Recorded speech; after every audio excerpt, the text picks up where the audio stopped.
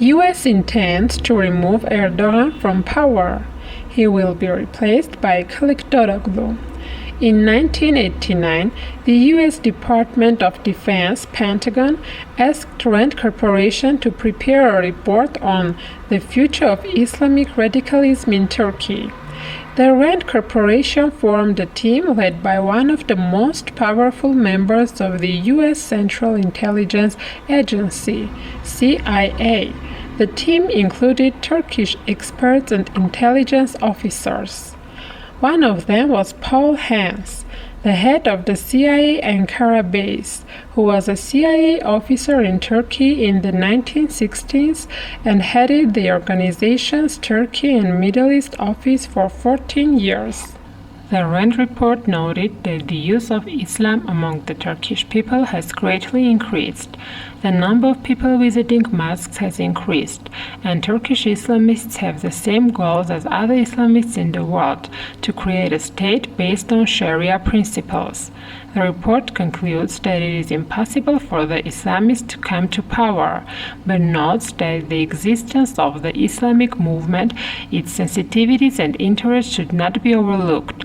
The report suggested that moderate Islamic forces should be allowed to participate in political life in order to prevent radical Islam. In an interview in February 1990, Graham Fuller explained how the United States views Islamic movements in Turkey. I have great respect for the historical role of Atatürk. Nevertheless, no leader in the world has produced a product that will live forever, while the Bible and the Quran still exists. Today's Turkey must be more flexible with Islamic thought, accepting that Islam is an important part of Turkey's cultural and intellectual heritage. Turkey was an example for the Middle East. If it finds a modern formula for the coexistence of democracy and Islam, it can become the leader of the Muslim world that will be the model for the future of the Islamic world. The United States want to naturalize Kemalism and give way to moderate Islam. There were two reasons. First of all, the educational censorship of a very significant part of the Turkish society did not allow it to communicate with the ideology of Kemalism, which caused a deep polarization between the secular and religious sections of the Turkish society, made Turkey a stage for the emergence of internal political instabilities. Even after the military coup of 1980, the Turkish Islamic synthesis designed by the Americans was aimed at ending the deep ideological division in the society. Second, Islamic Turkey would join the Green Zone against the Soviet Union. Welfare Party led by Necmettin Erbakan, a pioneer of political Islam and one of the founders of the National View movement, came to power with the active support of the United States in 1995.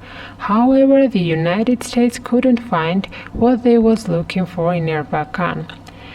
That's why another person was found in Welfare Party with whom they had to continue their way.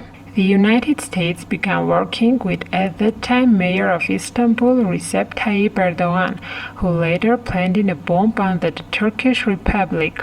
The cover of Aydınlık magazine, published in October 1996, under the headline "Abramovich prepares Tayyip for Erbakan," reflected the whole reality. During that period, Morton Abramovich, the U.S. ambassador to Turkey, Middle East and Turkey strategist for Turkey, regularly met with Erdogan, who in his turn met with various U.S.-Israeli circles abroad and received their support. In 2002, Justice and Development Party, founded by Erdogan and his supporters, came to power and began a period of rest for the USA. Until recent years, when Erdogan began to pursue an independent policy and step down as U.S. ombudsman in the Middle East, he has managed to maintain U.S. support for his government. Joe Biden's open statement before the U.S. presidential election that they will replace Erdogan with the elections, not with a revolution, and in order to overthrow Erdogan, it is necessary to support the opposition, shows that Erdogan has crossed the red line for a long time.